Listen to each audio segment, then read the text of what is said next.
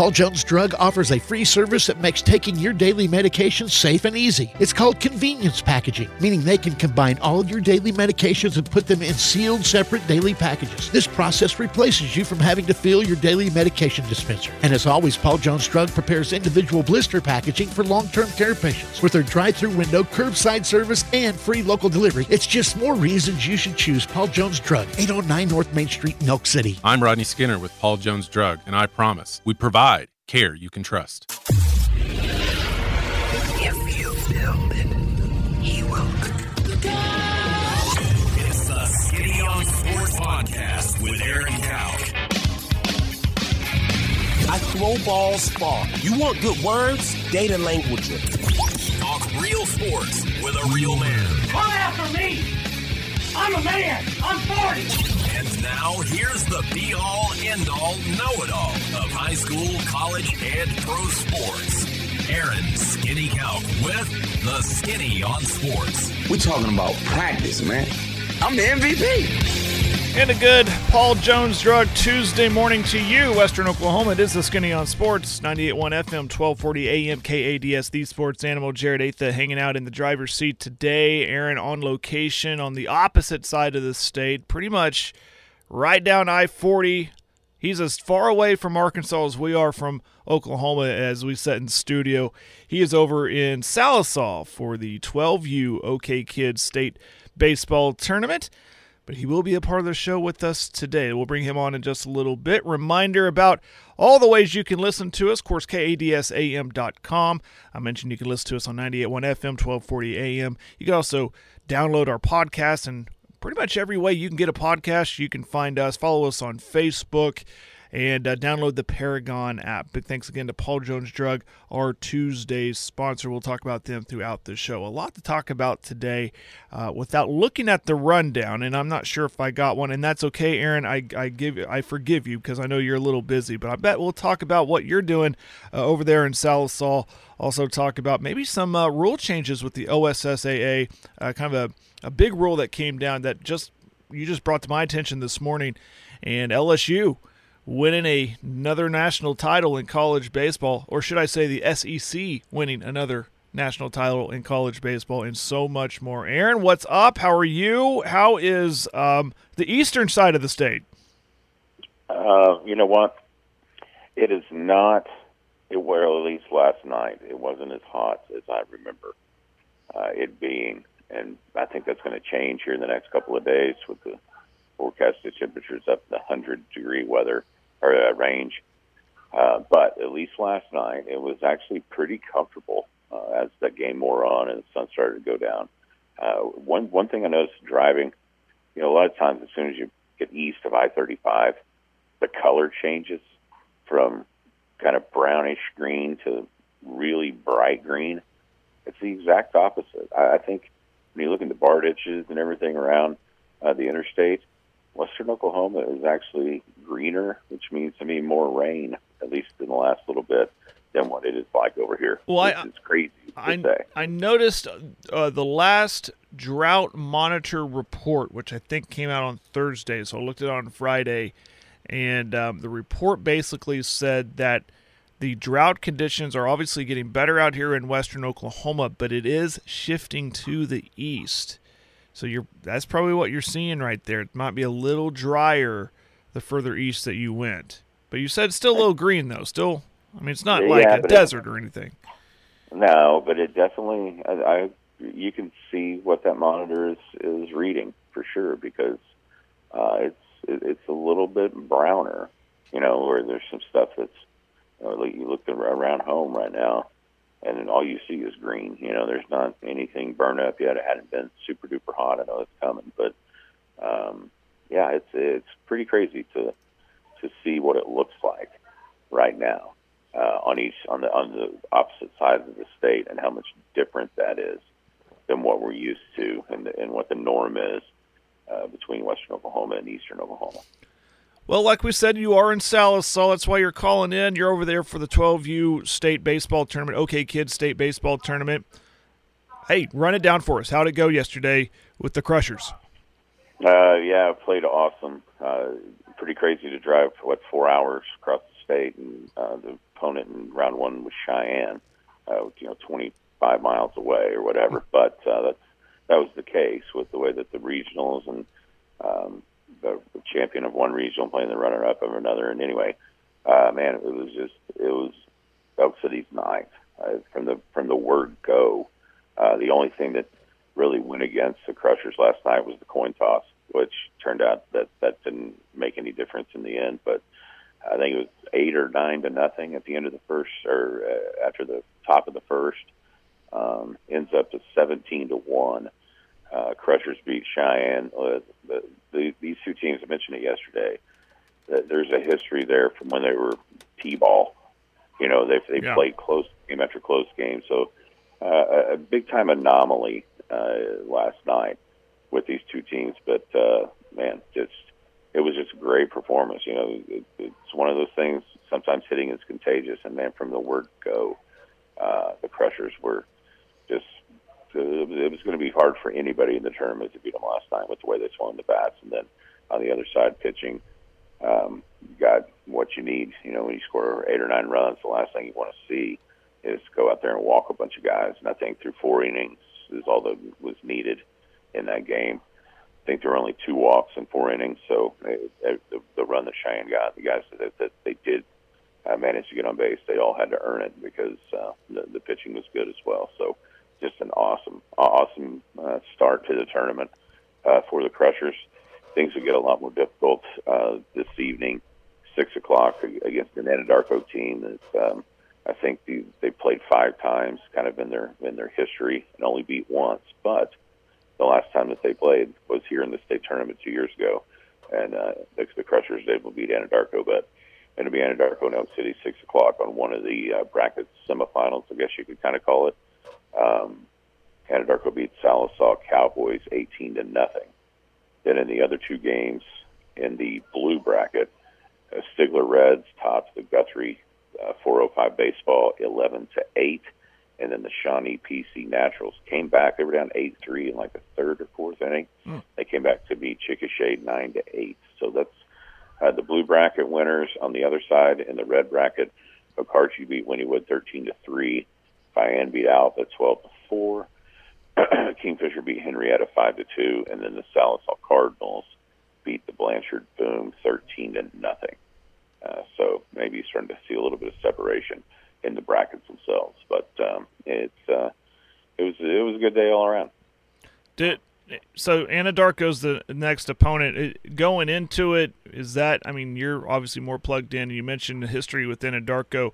Did it feel like that's the team, the Crushers and Warriors, that's the team, those are the 2 teams that can maybe get those top 2 spots, or still too early to say? Yeah, just kind of watching. By the time we got here, just a little bit of the Shawnee Chickasha game, and then the entirety of Stigler. The Stigler Reds can swing the bats. That's one thing that we all kind of watching and kind of waiting, obviously, for the game to start. But man, they can swing it, and so that's one of those that good pitching beats good hitting most of the time, but you never know. And then for Shawnee to come back down 8-3, and that's a team I know that like for the next summer, their 11U group has been one that's been either winning state titles or playing for them ever since Coach pitch. And so this is a little bit older. It's funny, right? Because next summer is when like Wyatt and that Sayre team were the older ones, and the guys on the Crushers that have to move up. And so I'm like seeing a totally different group of teams because these guys are like the older ones in the 12U division, whereas when Sayre would make the state tournament, it would be the next summer, and it'd be different. You know what I mean? Like the teams that are young now would be here next summer. So it's a little bit of a different grouping of teams. But I know going in, once you saw the bracket, it was obviously Anadarko was right there in the blue bracket. So that's one of those opponents that you kind of knew you had to face. And then on the other side, between Kingfisher and the Sallisaw Cardinals, who beat the Crushers 2 summers ago here in Sallisaw for the state title. That's another team. And then Okarche is one that I know that everybody kind of had their eye on. But yeah, I think this is definitely one of those opponents that as soon as you saw the bracket, you knew that it was going to have a game or two with them before you were able to make it to the Final Four. You kind of mentioned it earlier. Is there a seeding process? Because unlike in softball, obviously I'm familiar with that, there is no regional. It's when your league get top 3 or 4, depending on how many participants you have in your league, and you qualify, and you could even buy your way into state if you wanted to, but most don't. But there's no seeding process. It's just throw them in a hat and pull them out and see where they land. Is there a seeding process in the baseball side? Yeah, so you start out. I mean, before there's just like a bracket that's made up, and it has.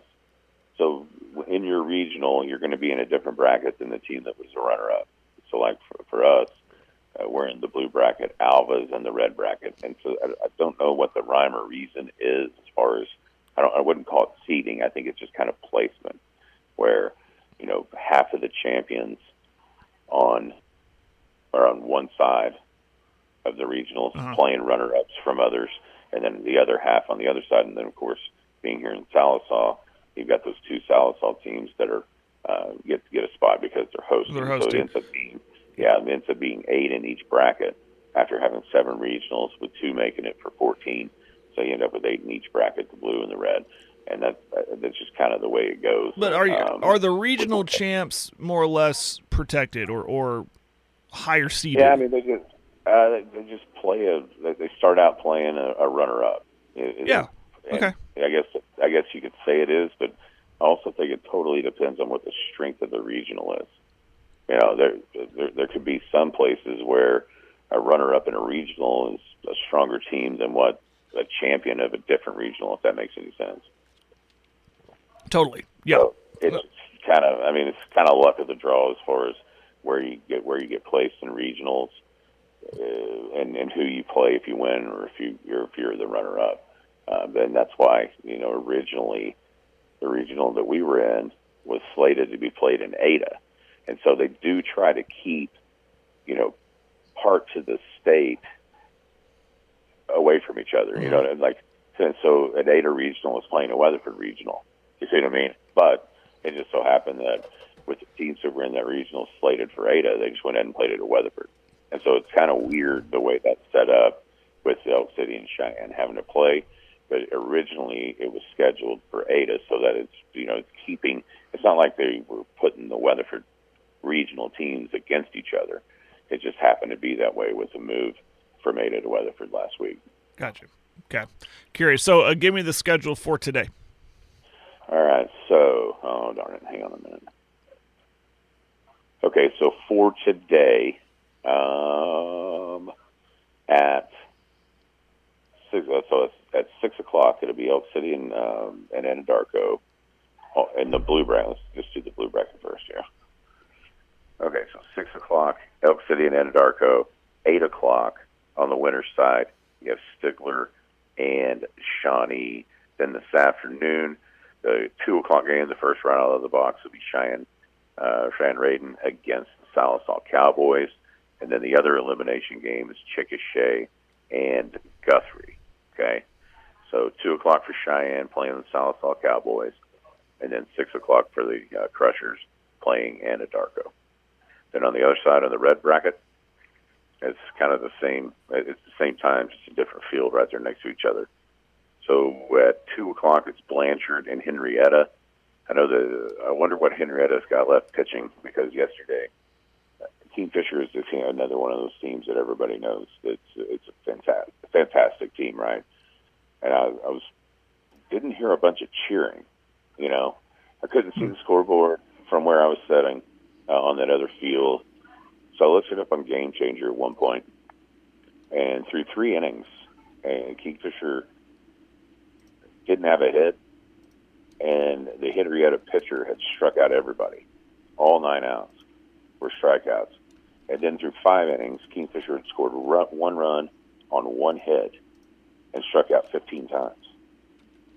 Wow. So Henrietta obviously had one arm that was fantastic, but Kingfisher still ended up winning 5-2. So you got Henrietta will play Blanchard in an elimination game. Alva will play Wynnewood in an elimination game at 4 o'clock. Then the winners bracket games start at 6. Kingfisher and Sallisaw Cardinals. That's going to be a heck of a game. I'm just telling you right now. That's two of the better teams here for sure. And then Vian and Okarche will play at 8. There you go. And looking at your forecast, you have a 50% chance of rain today. So, No, really. hopefully that's wrong. But if you're not getting rained on, high near 95, heat index as high as 102. So that hot and sweltering, muggy heat might be your deal today. Hopefully no rain though, because that's the last thing we want to see is another rain delay. By the way, we got a storm through here this morning. Did you see that? Yeah, knocked our power out right at 6 a.m. at our house. Oh, no. And so we get up, get ready in the dark, all that stuff. And right when we are getting in the car, click, power comes back on. I mean, what a slap in the face.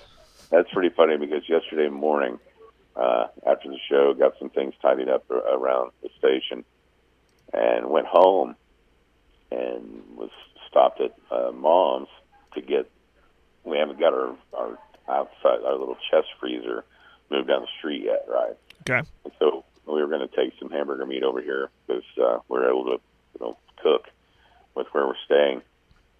And so Kara had raced up the garage door. We were in Mom's garage putting some tubes of hamburger meat into the cooler to bring with us. And at some point between her raising up the garage door and us all the time it was, power went out. Oh. At that moment out at our house. And so we had to manually shut Mom's garage door. And then as we were leaving, it was maybe a 20-minute deal or whatever it was, because as we were leaving, it was coming back on. But that didn't have anything to do with storms. So you're telling me it's going to rain? That's what the National Weather Service says. Just a 50% chance. I see that as a 50% chance it's not going to rain. Think positive. I like where you're at there. So hopefully, but it says before 4 p.m. It doesn't say like when after, but it says before 4 p.m. And you play at 6, right? So maybe if you get past 4 p.m. with no rain, I think you're in the clear. Well, that may influence my decision on when to head back that way, because obviously I need to be there tomorrow. Oh, yeah. And so that may influence my decision to drive earlier than what I thought I might, for sure. Yeah, keep an eye on that. Yeah. Quick programming note. Speaking of tomorrow, the 12U girls, the Elk City Elk 12U state champs, they're going to be in there tomorrow instead of Thursday. I mentioned Thursday was when we had originally scheduled that. We're going to bump that up a day. So the 12U Elk City Elk state championship winning softball team will be in studio with us tomorrow morning, 9:30, for those girls to come by, and we'll see what they thought of winning a state title. Very good. Very good. We'll take a break. We'll come back. We'll talk. What's on your mind, Aaron? Did you watch any of that baseball last night? No, I didn't see anything. I have some thoughts about that. I have some thoughts about the SEC's dominance in baseball. At least I think there's dominance there. We'll talk about that coming up. And I have a sad story for you, Aaron. It's going to break your heart. Oh, no. It's coming up next. Keep it right here. Skinny on Sports. Brought to you by Paul Jones Drug. Don't go anywhere. Paul Jones Drug is Elk City's most experienced compounding pharmacy, meaning they can custom make your prescription medications to your doctor's specifications, safely and effectively providing you with exactly what you need. And for your convenience, Paul Jones Drug has a drive-through pickup window as well as curbside service for testing and vaccinations, and offers free local delivery. Just a couple reasons you should choose Paul Jones Drug, 809 North Main Street in Elk City. I'm Rodney Skinner with Paul Jones Drug, and I promise we provide care you can trust. The Skinny on Sports. Just a bit outside. Welcome back. Skinny on Sports, brought to us by Paul Jones Drug on this Tuesday morning. Thank you to Rodney Skinner over there at Paul Jones Drug. Experience compounding. That means they're the oldest compounding pharmacy in Elk City. free local delivery, drive-through pickup, curbside testing and vaccinations. Well, I think nowadays we could just say it's safe to go inside to do that too, but they'll still come to you if you can.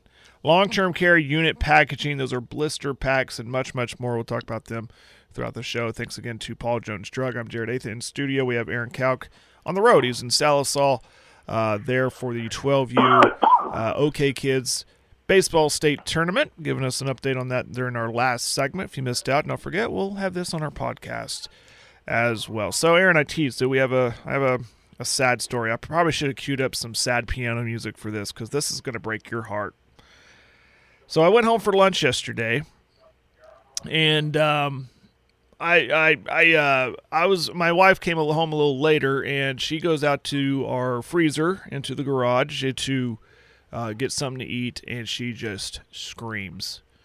Oh no! And I jump off my seat. I run out there. And so what's wrong? And when she opened up the freezer, it was warm. It stopped working. Who knows when? I don't know when. The thermometer in there, it was blowing, but it was not blowing cold air. It said it was between like 75 and 80 degrees in there. Everything was thawed out. All of our meat, everything, we had chicken, we had hamburger beef, we had everything. And I think I'm more upset, Aaron, although we had to throw all of that out. So we got to start all over. We're going to have to find a new freezer somewhere. Start, replenishing all of our meat. But we lost the Dr. Pepper float ice cream. Oh no! Oh no! I had maybe 2 spoonfuls of that thing before I was able to, because we've just not been home, and it was gone, all gone. So again, I probably should have had some sad piano music playing because this one, that one broke my. But I mean, all the meat's gone. So we're throwing out blue and gold sausage and chicken strips and steaks and of course hamburger meat, all of it. And I'm thinking we're gonna make some FFA kid very, very happy this upcoming year when we buy blue and gold this year because we're gonna be buying a lot to replenish that. So if anybody was wanting to know what can I get Atha for his 40th birthday, you can give me a pound of hamburger meat, a couple steaks, just whatever you want to give me, I'll take it for my freezer. I'll buy the freezer, but yeah. So that's where we're at. That's how our day went yesterday, and thankfully it was so funny because it was trash day, and Allie's like, "We got to get this meat out of here," but. My goodness, if we said it's trash day, it's going to sit in the heat in that trash can. And so we got it.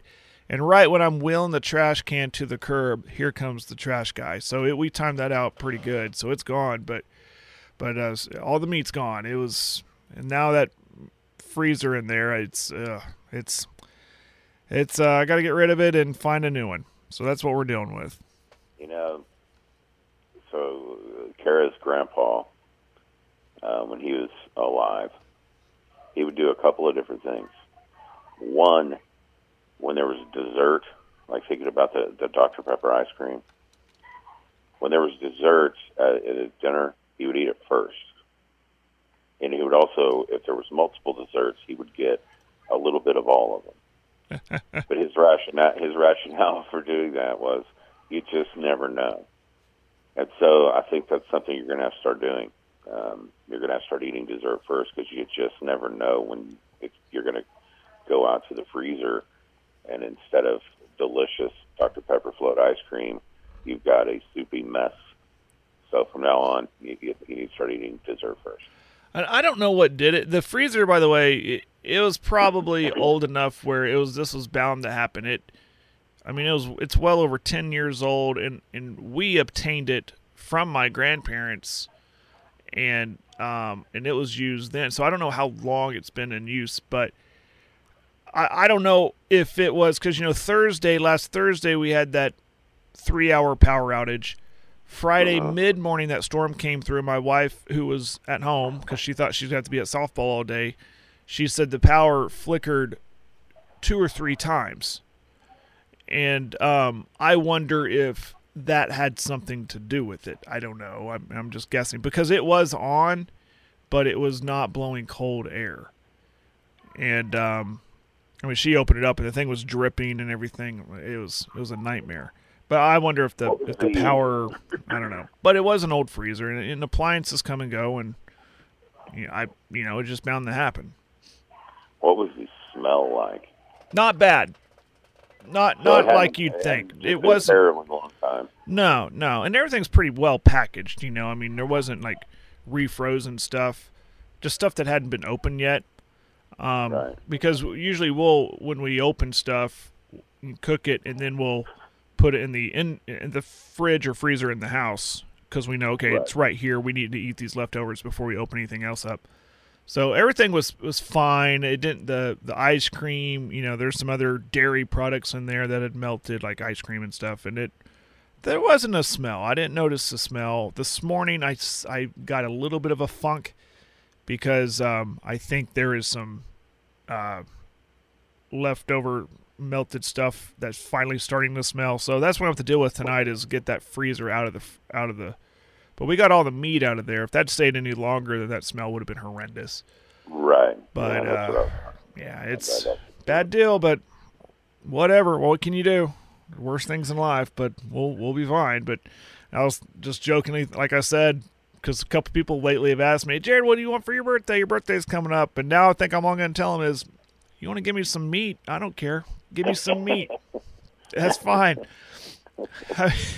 So I know, and I got a friend who she will, her and her husband will they'll buy a cow, a heifer, and just feed it they have a small lot, large enough for a cow, and they'll raise that until it's ready to go off the butcher, and then they'll have a freezer full of meat. And I reached out to her and go, when are you buying a cow? Because I might go halves with you. I help you out there because we could both get half of it. Anywho, so that's what I'm dealing with, but I'm okay. It'll be fine. I'm looking at the Mesonet.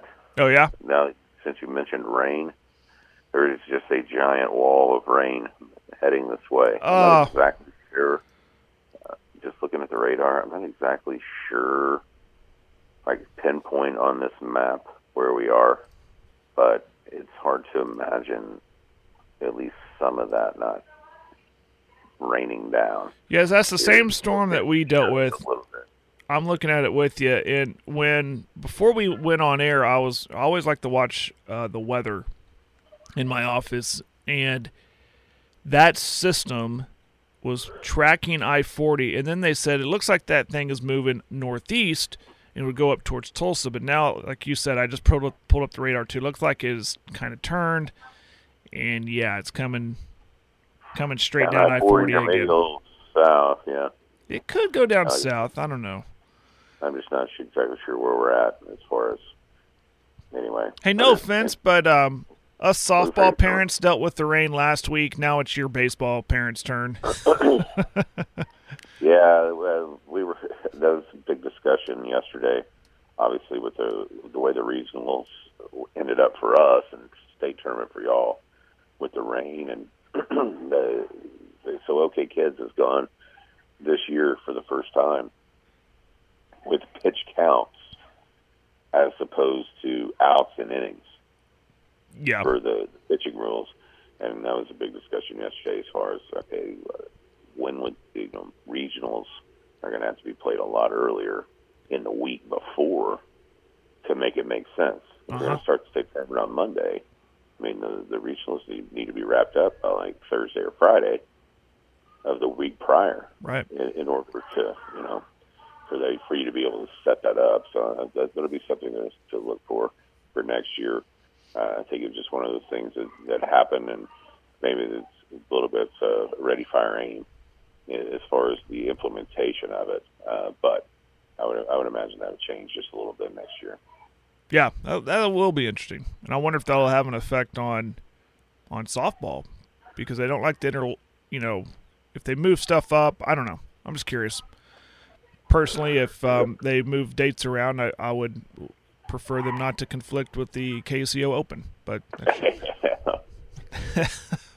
that's my humble opinion. So last night, SEC again dominates the college baseball world. This time, LSU defeated Florida for the title 18-4. A lot of runs scored in that 3-game series. It brings home their 7th baseball national title, and it was at 4 or 5 in a row, maybe a little more for the SEC. And there's even a list, and I lost it somewhere, but it shows there's a consecutive amount of times or years where an SEC team has played for the national title. They've just, and I mentioned this last week talking about the SEC's, how it's a different world when it comes to college baseball. And everyone looks at OU and Texas going to the SEC. And obviously, football will always be king. I mean, it's incredibly hard to trump, just looking at the financial side of it all. But with the dominance of the SEC has had in football, I could almost argue that they've had more dominance in baseball. Is that a fair statement to say in your eyes, as dominant as they are and just how they approach the game of baseball with their stadiums and their fanatic fans? Just look at the Jell-O shot contest and all of that. I mean, I think when OU and Texas are moving, when they move to the SEC, yes, football will benefit and everything will in some extent, but for me being a baseball fan and an OU fan, this excites me because they're going to have to catch up with facilities and in the competition if they want to compete in that conference. We've said that about football, sure, but baseball, right now I like the dominance that I'm seeing in the SEC in the college baseball world because I think it'll make OU and Texas better on the diamond. What do you think? Either you do or you just get eaten. Yeah. Because it's a totally different world between what's the type of baseball and the commitment to college baseball in the Southeast versus everywhere else. You look at the national seeds; it's almost always half of that top 16 is SEC teams. When you look at what made the College World Series, it's littered with them. The final series was SEC teams. Third straight year that there's been a national champion, and also that national champion set the all-time record of those Jell-O shots. I don't think it's going to be a 4th straight year for that because good luck with where LSU put that pedestal with the Jell-O. I think last time I saw it was 64,000 something. Well, I think I saw a thing. A lawyer came in yesterday. Yeah. And bought like $20,000 worth. I could be over exaggerating. Yeah, there's a receipt that was on Twitter somewhere. I'd have to look that one up too. But that was like, okay, we've got the record. Now we're going to make it unreachable. It's insane. Yeah, that was not being touched no. anytime soon. And even we joked about it once we saw that LSU was in it, like, okay, here comes the record. But in my wildest imagination, I wouldn't have thought that they would go over 3 times the record that Ole Miss set last year in their trip to the College World Series championship. And as far as the game, it was really kind of weird the way the series went because. Yeah, it's pouring down rain. By the way, I'm hearing it hit the glass. Oh dear. Anyway, it's interesting how it finished up because for the first, 6 of the first 8 games were 1-run games. You had the other 2 were 6-3 and 6-4, so it was so highly competitive, and one of the best College World Series I think that we've ever seen. And for it to end 24-4 Florida yesterday or the day about Sunday, and then 18-4. In the clincher for LSU, a little bit anticlimactic, I guess, with the way that LSU wins it. But I think that for a lot of the year, most people thought it was Wake or it was LSU were the best 2 teams.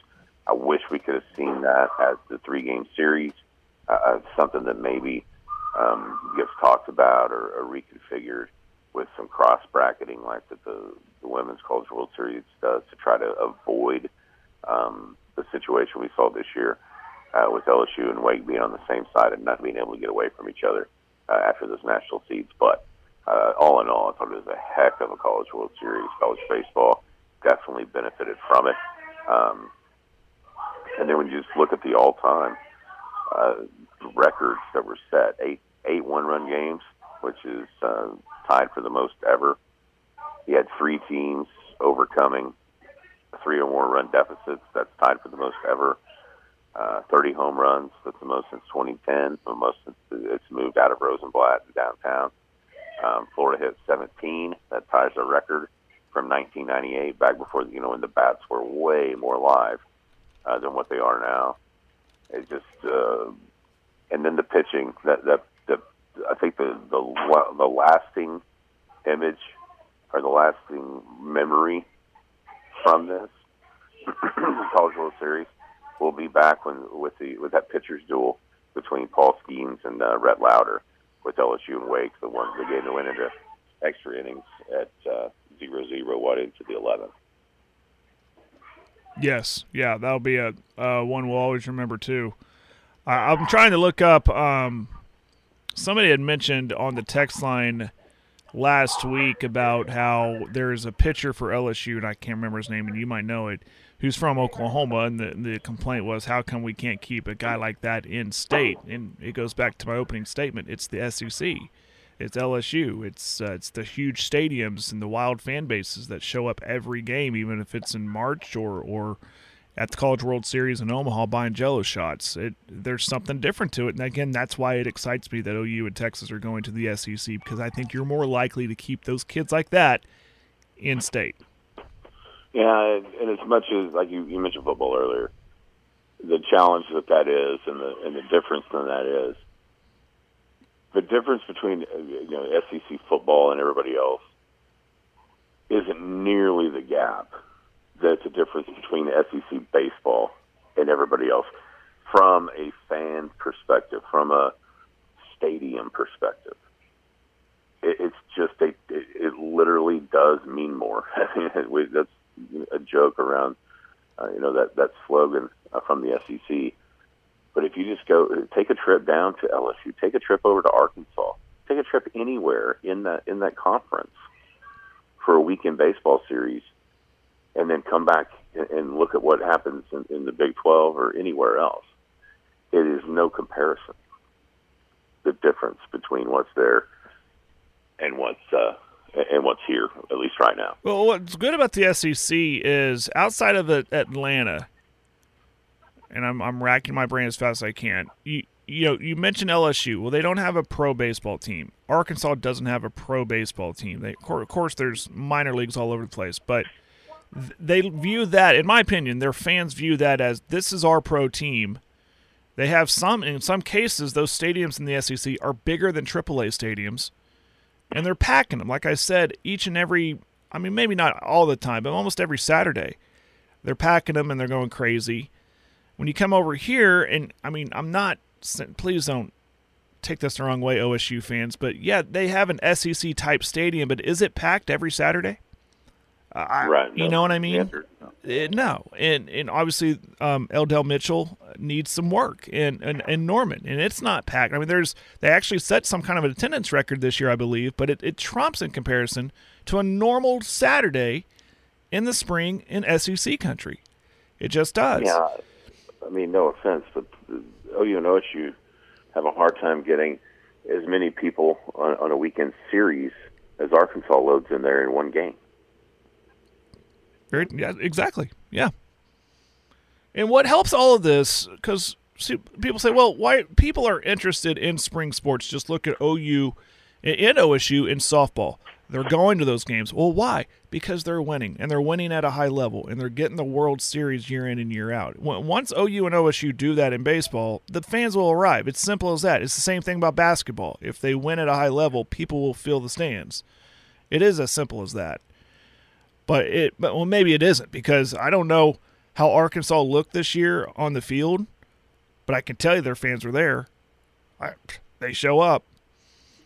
Oh, no doubt. So no doubt about it. I found the Jello shot. The LSU fan and Baton Rouge lawyer has purchased nearly 9,000 Jello shots at a cost of $44,444 at local bar. This is a tweet from Darren Rovell. 9,000. That's just running up the score. That is. That's what I'm saying. It's okay. We got the record. Now we're going to make it untouchable. And it has a picture of the receipt. And in each item line, it has to stop at $500. They have to add another one and another one. Like, so it's 100. It's unreal. Unreal. Do you think all of those are consumed? Yes. By the LSU fans? Absolutely. What do you think the staff is thinking? I mean, do you think they have 9,000? How many do you think they pre-make? Oh, my gosh. So, because this has become such a popular thing. Do you think they have to bring in like a temporary refrigeration system just for the Jell-O shots? So I think they get them made off-size. Yeah. And then bring them in. They bring them in? And then it goes to, like, half of the proceeds go to the Food Bank of Omaha. Right. I didn't realize this. It just seems like kind of a goofy, cool contest. Turns out it's actually a big, huge deal, like for the community as well. It's not just, I'm raising making a bunch of money. They're actually giving it back too. So I think that probably helps a bit. It's hard to fathom, right? Yeah. I mean, from the text line, how do you just make 100,000 of those things? No, yeah. From the text line, a little bit more insight from our man Scott said they ran out of Jell-O and just did shots. Well, I mean, here's the deal. After an 18-4 win and a national title, Jell-O shots were not the only thing consumed by LSU fans last night in Omaha. There may not be a drop of alcohol left in the entire state of Nebraska. Said the lawyer start a tab with the money and serve everyone until the money is gone. So he basically went up there with, I guess, I think he carries around $44,000, and said when it's done, it's done. He said so, not just LSU fans. So everyone was living happy, but it went to the count of the Jell-O shot. For LSU. For LSU. Yeah. And I get it, the ego there of we're the best and we're going to make this a record that no one can obtain. But I would hope that he was thinking, this is, like you said, this is going to a good cause. So I could feel good about this for two reasons: for helping out the LSU fans and helping out this food bank locally. So I bet that's a cool way to generate money for a good cause, though. But yeah, I bet that bar was dry at the end of the night. But there's nothing left. That one, and everyone, all the others. Yeah, it's not just Rocco's was enjoying the economic bump from the LSU fans. Hey, let's take one more break. We'll come back and we'll wrap things up. Get a kind of a recap of what we think is going to happen today over in Sallisaw. Although you said it's already starting to sprinkle a little bit over there, so the schedule might all change. Before we do that, thanks again. Paul Jones Drug, today's Tuesday sponsor. They do convenience packaging, which means individual packaging for your daily meds. That's, throw away the pill caddy. It could be all individually packed and labeled for your convenience. You could put Monday on it, Tuesday, Wednesday. Go over there and check that out. DME, Durable Medical Equipment. That means walkers, canes, crutches, wraps, braces, stuff like that. They have gifts and greeting cards. Most insurance is accepted. They're at 809 North Main Street, right here in Oak City. Paul Jones Drug, care you can trust. Call them up, 580-225-2121. Taking a timeout. We'll come back and wrap up the show. It is the Skinny on Sports, Jared Atha in studio.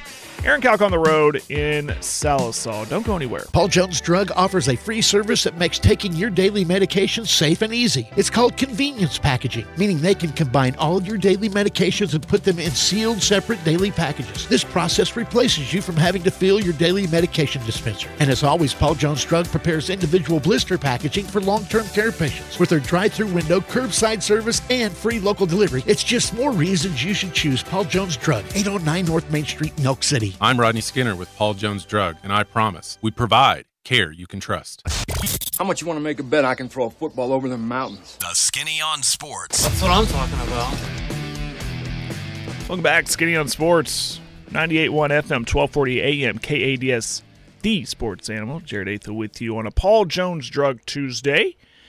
As we've had rain move through the area, but our man Aaron, who's on the road in Sallisaw, that rain that we woke up to, it's now knocking on his door as he's over there for the 12U OK Kids State Baseball Tournament. The Crushers getting a big win yesterday, so they're in the driver's seat more or less, and hopefully they can continue that today. We'll get a full rundown of that coming up. But before we do that, Aaron, I want to talk about Rule 14. This was kind of late breaking, not late breaking. It came down yesterday from the OSSAA regarding where the trying to equal the playing field more or less. And based off of just one tweet from our man Mark Rogers, who we talked off air, we're going to try to get him on once this dust kind of settles and we kind of really get into those dog days of summer, which really we only have about a month of. We'll get him on and maybe get some clarification on all of this. But have you, from what you've seen about it, what do you know about it, Aaron? You're smarter than me. I openly admit that. Can you break this down for me and for our listeners? It has to do with kind of the classification of those private schools. And, the more success they have, the more the enrollment numbers, they matter from where they start, but then they have to, there's processes of, with success, they bump up into different classifications to try to level that playing field out. So at this point, 5A is as high as they could go. And that has changed to 6A2. So you're going to see, some of those really successful private schools. The one that pops out to me would be Bishop McGinnis as a 5A right now, can now be in 6A2. You wonder, Heritage Hall, is that one that can, end up being there, but in different sports. But it does still cap the jump for football to 2 classes. So you're not going to see, if let's say Heritage Hall, for instance, if they've got a 2A enrollment, ADM figure, they're not going to be 6A2 in football. They can just get to 4A, right? And so that's something that's interesting. I think another thing that's interesting about this from the public school side of it is before, when a team if a private school would bump up, the team that bumped down was strictly enrollment based. Now it's going to be performance based amongst those schools that are kind of on the edge with their enrollment. So what that means is, it's like the smallest 2 or 3 schools in a certain classification, whichever one has been the worst, basically, will be the one that gets to bump down. And so I think they feel like that might give that, whatever that public school is, a better chance in a lower classification by virtue of them not having success, frankly. It's interesting, and it's again an attempt to even the playing field, because there's always the argument of public versus private, and how do you make that more fair? Because we've talked about it ad nauseum about how some people feel there are advantages there for the private schools with what they can offer certain students with abilities and what public schools can't. There's thought that open transfer might help even that playing field out. Don't think that necessarily is the case. And then in this tweet from Mark Rogers, it said boys and girls sports now not paired together in move-ups, which I got a flurry of questions on that one. What does that mean? Does that obviously for basketball reasons? Obviously you can have, we see a lot where a girls team is really, really good and a boys team's just not. I'm looking at a license tag right across from me where that just happened this year.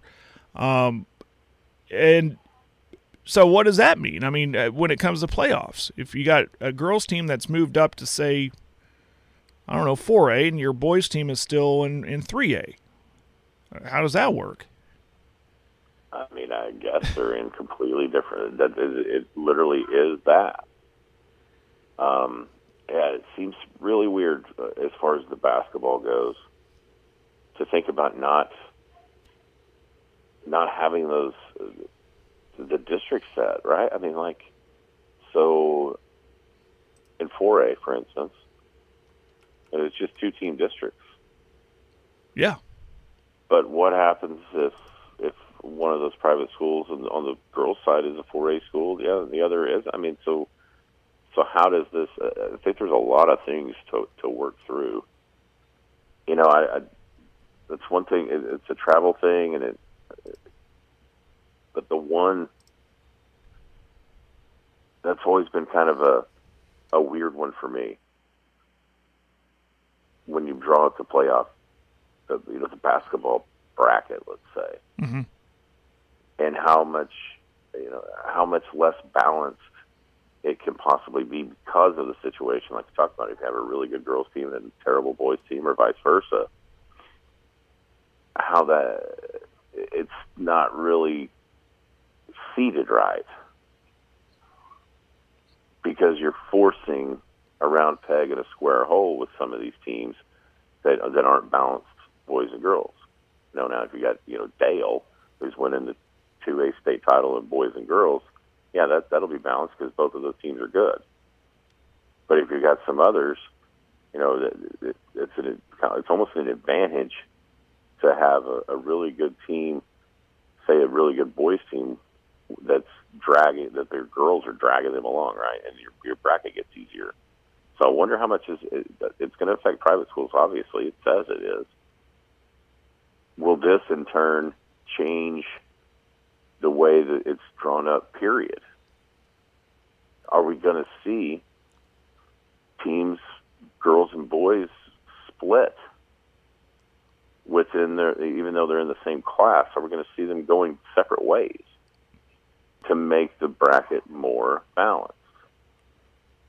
I don't know. And let me tell you who that's... It opens up that possibility, yeah, I think. And this is a nightmare for so many reasons if that's the case. One, schools don't want to do that. They'd rather take one bus full of kids other than two and not have to pay for the expenses to do that.